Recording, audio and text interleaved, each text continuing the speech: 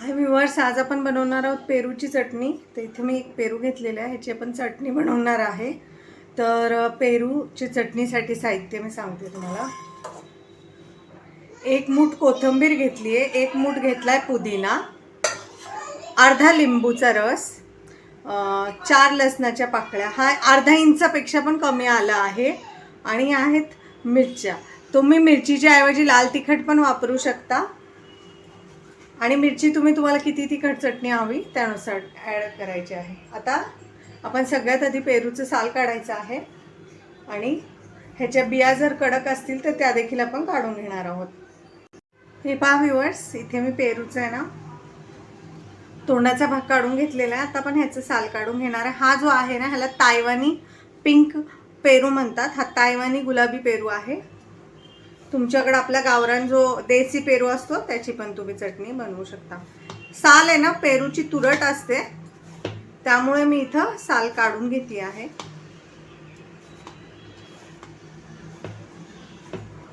हे पहा, आता आपण पेरूचा ना मागचा भाग पण काढलेला आहे. तर आपण हा पेरू चिरून घ्यायचा आहे.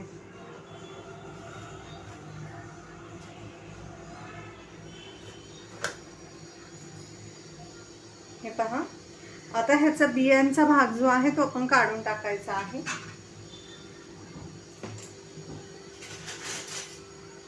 तर असा आपण एक चमचा घ्यायचा आहे आणि चमच्याने ना इझिली निघतो बियांचा भाग. हे पहा,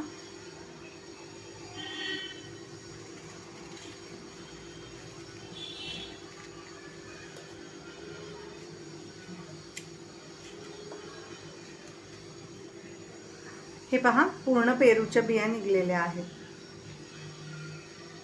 आता हा आपण जो बिया काढलेल्या आहेत, जर तुमच्या बिया खूप कोवळ्या असतील ना तर त्या तुम्ही वापरू शकता, पण बिया खूप कडक असतील तर त्या वापरायची गरज नाही. आता आपण हा पेरू चिरून घ्यायचा आहे.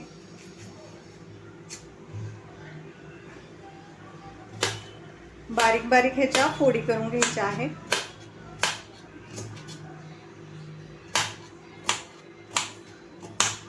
अशा प्रकारे आपण पूर्ण पेरूच्या फोडी करून घेऊया.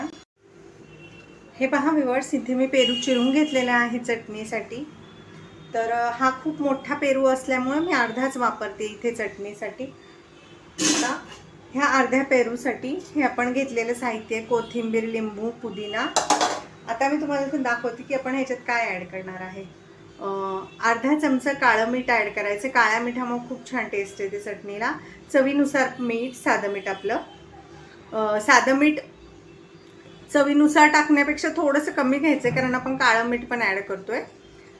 आणि इथे घेतलेला 1 चमचा गूळ.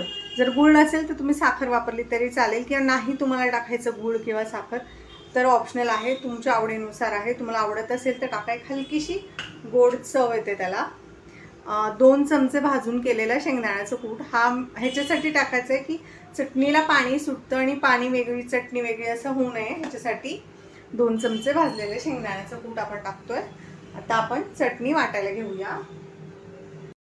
हे पहा, आता मिक्सरच्या भांड्यामध्ये पण सगळ्यात आधी पेरू ॲड करायचा आहे. थोडासा पेरू पहिले ॲड करा. आणि ही आहे हिरवी मिरची, लसूण, आलं, आणि हे वाटून घ्यायचं आहे. आणि त्यानंतर आपण राहिलेला थोडंसं हे वाटून कमी झालं मिश्रण की मग हा राहिलेला पेरू, पुदिना, शेंगदाण्याचं कूट वगैरे ॲड करायचं आहे. हे पहा, आता पेरू आहे ना थोडासा बारीक झालेला आहे आणि थोडासा बाकी आहे. तर आता आपण ह्याच्यात राहिलेला पेरू पण ॲड करून घ्यायचा आहे. आणि हे मिश्रण परत एकदा मिक्सरला फिरवून घ्यायचं आहे. या मिश्रणामध्ये आपल्याला पाणी टाकायचं नाही आहे.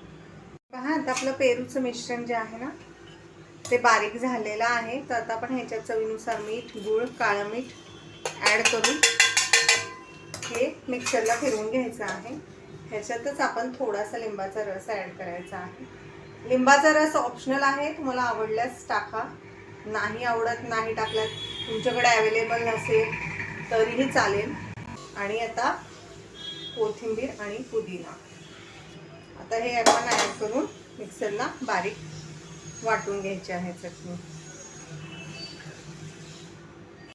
हे पहा व्ह्यूअर्स, आता आपली जी चटणी ना, हे पहा तुम्ही बघू शकता किती छान वाटली गेली आहे। तर आता आपण ह्या चटणीमध्ये शेंगदाण्याचा कूट ॲड करायचा आहे। हे पहा व्ह्यूअर्स, आता आपली जी चटणी आहे ती रेडी आहे। तर आपण इथं 2 चमचे शेंगदाण्याचं कूट ॲड करूया आणि ही चटणी मिक्सरला फिरवून घेऊया। हे पहा व्ह्यूअर्स, आता आपली चटणी रेडी आहे। तर आता आपण ती एका भांड्यामध्ये काढून घ्यायची आहे। ही चटणी फ्रीजमध्ये ना 3 ते 4 दिवस आरामशीर राहते, त्यामुळे तुम्ही बनवूनही ठेवू शकता आणि एन्जॉय करू शकता। आता आपण ह्या चटणीला ना फोडणी द्यायची आहे।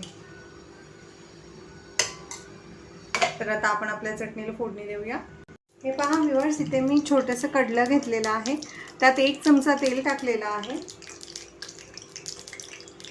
आता आपण टाकणार आहे 1 छोटा चमचा मोहरी,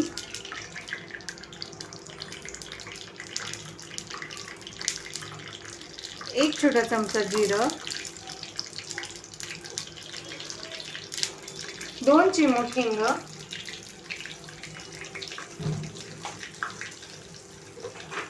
जिरी मोहरी व्यवस्थित आपली तडतडली की आपण त्याच्यात कढीपत्त्याची पानं पण टाकायची आहे। हे पहा, जिरी मोहरी आपली छान तडतडती आहे।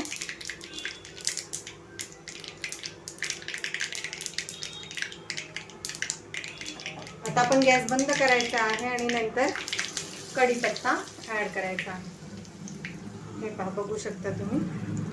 आता ही फोडणी आपल्या तयार जी चटणी आहे त्याच्यावरती आपण ओतायची आहे आणि आपली पेरूची जी आंबट गोड तिखट अशी चटणी जी आहे ती रेडी आहे। आता ही चटणी मी तुम्हाला सर्व करून दाखवते।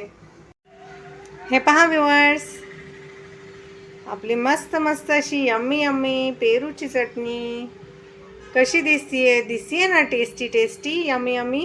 तर ही पेरूची चटणी तुम्ही नक्की बनवून पहा। रेसिपी आवडल्यास चॅनल लाईक करा, सबस्क्राईब करा। रेसिपी कशी वाटली ते कमेंटमध्ये नक्की सांगा।